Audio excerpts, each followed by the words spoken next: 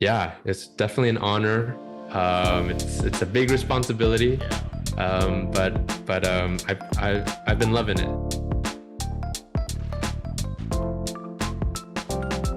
Hey everyone, my name is Ray Wong. I am the media director for Kollaboration San Francisco. I handle a lot of media stuff, and this is part of this community spotlight series. We've interviewed entrepreneurs, community leaders. Today we have Andy Park. He is the director of visual development, but I want to have Andy explain about who he is and what he does at Marvel. Thanks for having me, Ray. My name is Andy Park, as Ray mentioned, director of visual development.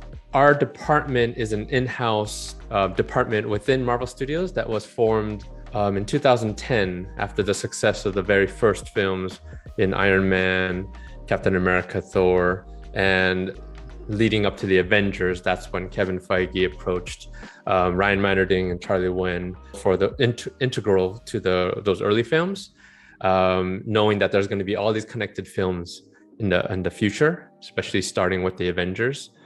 Is all pending on the success of the Avengers. So being how big the scope of that film and how big that film is going to be, Kevin and the leadership of Marvel basically went up to them and said, hey, let's create an in-house group of artists to create the visual look. So our main job in the visual development department is to create the look and feel of these films, particularly in the look of the characters. So whether that be the heroes, the villains, creatures, as well as, whether they're costumes that actors really wear or they're CG characters like Thanos and, Rocket and Groot, that kind of thing. The other part of our job is coming up with the initial keyframe illustrations. So in the very beginning, we're doing illustrations of key moments throughout the movie to help visualize what this movie can look like. So it's meant, our whole department is meant to inspire and get everyone on the same page, to get everyone excited. That's ideally the purpose of the artwork that we're creating, to get everyone excited and to be on the same page. This is the direction that we're headed. It's a unique department in the film industry because it doesn't really exist outside, but the way that Marvel Studios is set up is also kind of unique in the film industry. So in a nutshell, that's what our department does. To be honest, that's like a dream sort of job from what I'm hearing. I'm also a fine arts major. Oh, nice. And I pursue in like studio arts, more of the lines of like photography and printmaking and stuff. But like, I really like the idea of people like creating things. And I sort of like, when I did research on specifically about yourself, you've done work previously before Marvel. Could you get into a little bit more about that? Yeah, I was also a fine art major back in the day when I went to college. After high school, went to UCLA. I thought my sophomore year I got hired, and I grew up in the 80s, early 90s. And I fell in love with comic books at that time. Comic books were really big. This is all pre-internet days. And I dreamed of becoming a comic book artist. And I got my first job, got hired by a guy named Rob Liefeld, who's, if you've heard of him, he's the creator of Deadpool. But yeah, he was also one of the founders of Image Comics, if you've heard of that. Yeah. Rob Liefeld, Jim Lee, Todd McFarlane, Mark Silvestri, a bunch of these guys formed Image Comics back in the 90s. And that's when I was collecting comics as an adolescent, teenager. So it just fueled my passions and dreams to like one day work for them. And in my sophomore year, I went to Comic-Con, San Diego Comic-Con, showed my portfolio to Rob. He offered me an internship. I was floored because I was expecting to be a good Korean boy, graduate, make my parents proud, and then get into comics. But the opportunity, came knocking earlier than I could have imagined. So I ended up drawing comic books for about 10 years from age 19 when I first got hired. And then, I drew comic books for Image Comics, for Rob Liefeld. Eventually, my first love was Marvel Comics. So eventually I made the switch over to Marvel Comics, drew a bunch of like X-Men books, Excalibur, that kind of stuff. And then, this is when the internet was, starting to really flourish.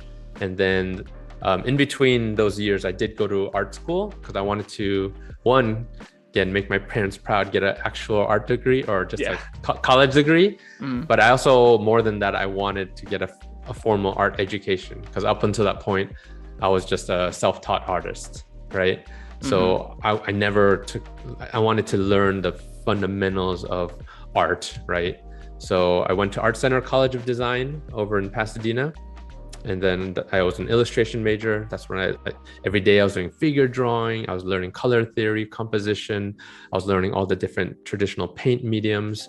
And then of course, I had one more year to go to graduate. And then I got hired by Top Cow Productions, which is Mark Silvestri's division of Image Comics. And they offered me the Tomb Raider based in the Lara Croft video game. Yes. To draw that comic book. And up until that point, there's never been a Tomb Raider comic book. So it's one of those like opportunities, dream offers where I'm like, I gotta take that job. You were contemplating between the two things and, one of saying more, I want this. Yeah, the same thing happened, right? When I went to UCLA. So I dropped out of college a second time. So I could always say that like I have 4 years of college experience at 2 different colleges, 0 degree. You've also transitioned from Tomb Raider to work like God of War, and that's obviously a huge transition. How does that really come out to be to like transition from comic book to obviously gaming? Yeah, that was a big transition, and it wasn't a simple switch to do that because I knew that. Well, at that time, like I mentioned, the internet was fully flourishing. I went to art school at that time. I was drawing Tomb Raider. It was just after my art school where, in my early days when I was drawing comic books, I was just drawing with a pencil. Like you're known as your title is a penciler. And then somebody else inks you over your artwork and somebody else colors you.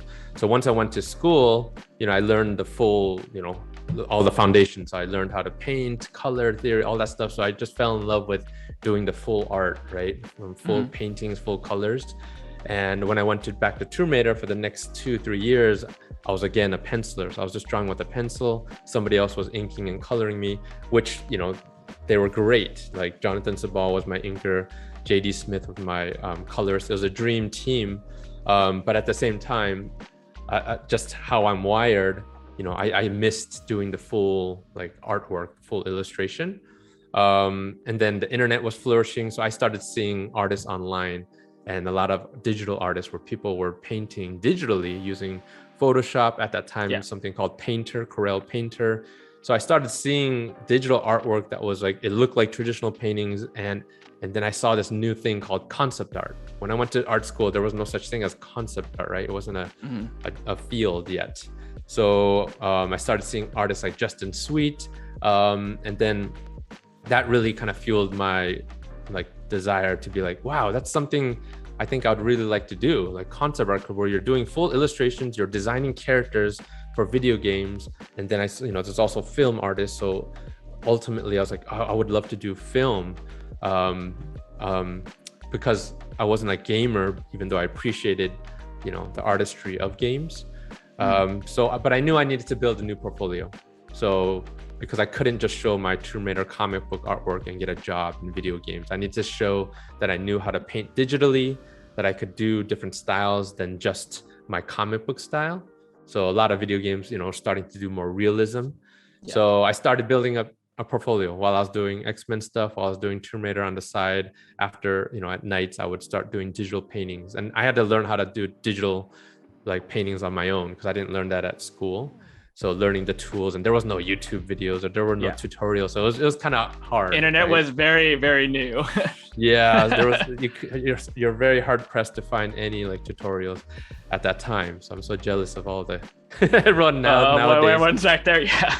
Yeah, but I built up a portfolio, and then eventually I took a class over at Noman School of Visual Effects. But it's in Hollywood, and I took a character design class, and then that's where I also built up my portfolio. At the end of that class, I was able to meet some industry people and I met a guy named Charlie Wen, who was the director of visual development over at Sony. And then that's when I got an interview. He saw my portfolio. I got an interview for the God of War game. And then, yeah, I got hired. I remember at that time, because I said, like I mentioned, I'm not a gamer. Yeah. My good friend, he was working over at Blizzard, and I would ask him, hey, I just got an interview at a Sony Santa Monica. I heard of Sony. I never heard of Sony Santa Monica, and I never heard of this game called God of War. Like, is that a good game? And he's like, yeah, God of War just won Game of the Year. So I was like, oh, great. So I was being interviewed to start working on God of War 2. Looking into all the stuff that you've worked on pretty much half of the Marvel franchise, as you know, from being a concept artist to where you are now. How did that feel for you personally when you were not just offered for that position, but like working in, you know, this major franchise that produces and obviously influence, you know, the world? Yeah, it was an honor of a lifetime. Like, you know, I first got hired to join the visual development department at Marvel Studios 2010, right? And the first film I worked on was the first Captain America, as well as Thor, and then right away into the Avengers, the first Avengers, and then 2015 or 2016, I can't remember exactly which one. That's when I got promoted to start leading the films, because at that point, you know, in the early days, there was only one film per year, and then eventually like 2 films a year, right? So they started like expanding, and at that time, when basically Ryan Meinerding, who was the head of visual development, he offered me, you know, to be promoted to lead the films along with him. So basically we split it, right? So he will lead half of them and I'll lead the other half. So the first film I got to lead was Guardians of the Galaxy Volume 2, right? And then from there, Thor Ragnarok, Captain Marvel, Ant-Man and the Wasp, Black Widow, WandaVision, Shang-Chi. It's definitely an honor of a lifetime, because just working here was a dream come true. It's a dream job, especially for me in particular, because of my background of me growing up loving Marvel comic books. You know, I didn't read DC comics barely, you know, but I fell in love with Marvel comics, right? And then, you know, eventually drawing comics, and then eventually working on the live action versions of Marvel comics. So, and then now 2015 leading the films. Yeah, it's definitely an honor. It's a big responsibility. Yeah. But I've been loving it. You know, this is my I've been at Marvel Studios for 11 and a half years, and I'm leading my 11th film here. Is there a specific scene or movie that you are proud of? Oh, one specific scene from the movies? It's like you're picking your favorite child. I know a scene. I'm trying to think now. So I think for me, you know, because, you know, obviously I'm designing like a lot of the characters. So the more grand an introduction of a superhero look is, you know, it's just kind of more rewarding, because they're like, you know, you get that build up crescendo. So I think I don't know if there was a bigger crescendo in the reveal of a look than WandaVision in the Scarlet Witch outfit, because it's not just the reveal of her new costume look. It's the crescendo of her story, of her character arc, right? Her realizing who she is or was, whatever, and then this is a culmination of that.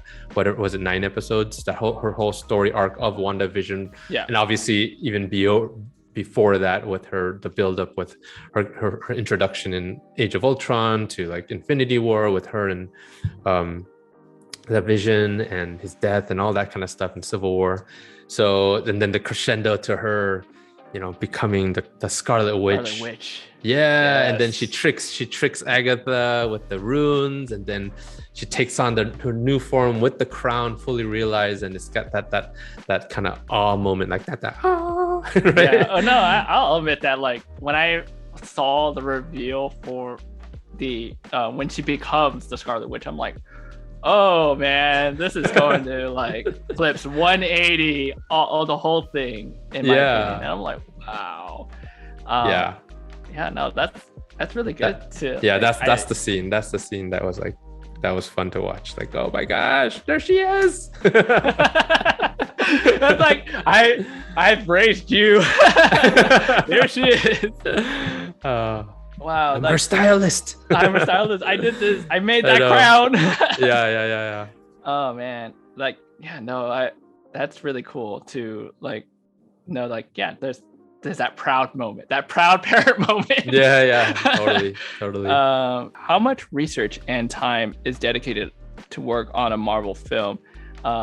And adding on to that, is there like a dedicated team to do the research and so forth? Yeah, I mean, it's basically up to us, right? So there is like a database or library that if you need specific, like, can I get like some back issues, that kind of thing. But pretty much whenever we're working on any film or franchise or character, we're all doing our own deep dive into, who are these characters, from like reading obviously Wikipedia to looking at back issues, looking at the different ways that they're depicted, because every artist, they've all had different looks. Like when I was designing Hela, from the origins from Jack Kirby, the way he drew her, to the way Olivier Coipel drew her, to Alan Davis, everyone depicted her in different ways. So I'm doing a deep dive into like her different visual looks, and then from there, and then their stories as well, and obviously, but basing it mainly on the story that Taika Waititi is trying to tell, and then from there doing research that is outside of just the comic book. So when I'm trying to conceptualize ideas, I can, for someone like Hela, I can do research into different goth, fashion, or I can look at fashion, different types of fashion. I can look at animals, right? If you want to, have some influence, especially in her kind of headdress, antlers look. So you can do a deep dive into different, actual animals, because a lot of times basing visual reference or even conceptual ideas from the reality that we know, even though if it's not something that the audience will necessarily pick up on, those are things that help ground it and make it something relatable, whether or not that's something that, again, that you can actually point out. But those are things that help create strong designs. Nice. Like, yeah, there's probably a lot of, so much. I just imagine Marvel has like this giant vault of libraries of things, of like, here's the first one, and then going through like catalogs of different iterations. Wow, that's crazy. That's good. Now I want to just go inside Marvel, just be like, all right, this is my museum for like the next years. There are limitations when it comes to real human beings, and on top of that, actors that need to be able to perform and act and fight and be able to move and be comfortable and all that kind of stuff. So it's not an easy task at all. So I've